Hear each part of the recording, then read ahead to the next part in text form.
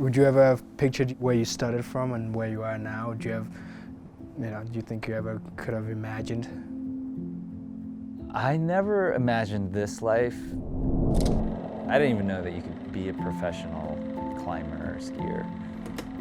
And never thought about being a photographer, much less a filmmaker. Growing up, my parents were pretty traditional minded in terms of what kind of career I was gonna have. A lawyer, doctor, Sounds like finance. Africa. The pivotal moment was just deciding to go against that and being like, the thing I really care about is climbing and skiing and being in the mountains. And I was less aware of it when I first started, but as I've gotten further on in my career, it's like in the climbing world, having people be like, man, I didn't know, we could do that, because most of the climbing world doesn't look like me, Yeah. I feel like I could relate a little bit, especially with the idea of the traditional path. I mean, I kind of know your story, but so where were you born, actually? I was born in Much, India. So it's just a small town outside of Kampala in Uganda.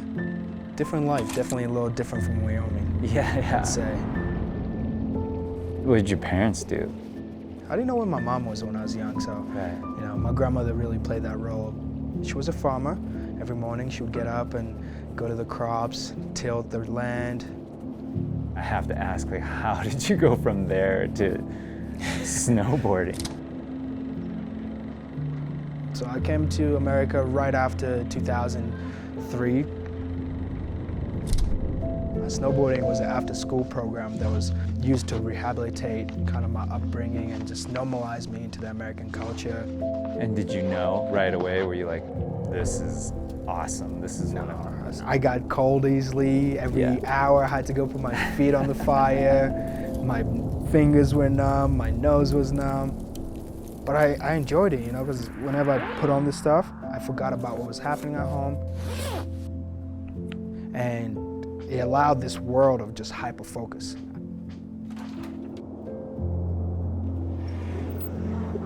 So give me a little bit of a roadmap. So you're 11. You find out that you have a mom that you never knew. Yeah. She's in the States. She's waiting for you there, and now you're going to the States. I remember when I got off the flight, my mom gives me a handshake. First time I see her, she's like, I'm your mother, I'm so proud of you. And the fifth word that comes out of her mouth, I want you to be a doctor.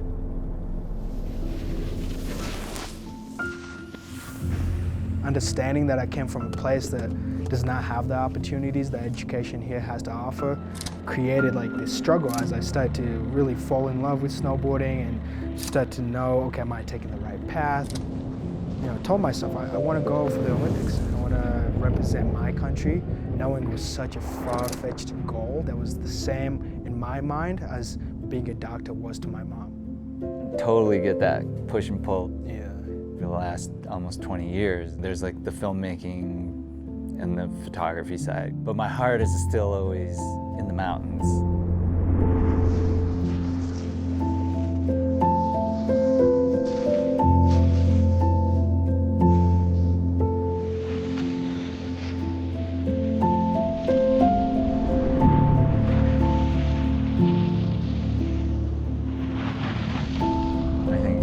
Diversity and inclusivity, but that's not just in climbing or skiing or snowboarding. Given everything that's happened this last year, has that changed or made you think about your role in your path to the Olympics? It's given me almost a feeling like I have to finish this journey.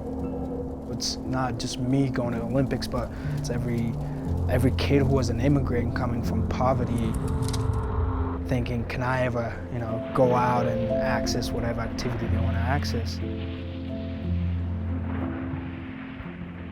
I'm so close to seeing it through, but with COVID, with lockdowns, taking 12 competitions down to 6. 3 competitions going bad is 7 years of work kind of not coming to reality. Trajectory in just about the entire country.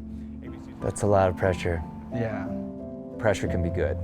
unreasonable pressure though, where you're like, oh yeah, if I don't get this, then those 7 years were lost. That's kind of unfair to yourself.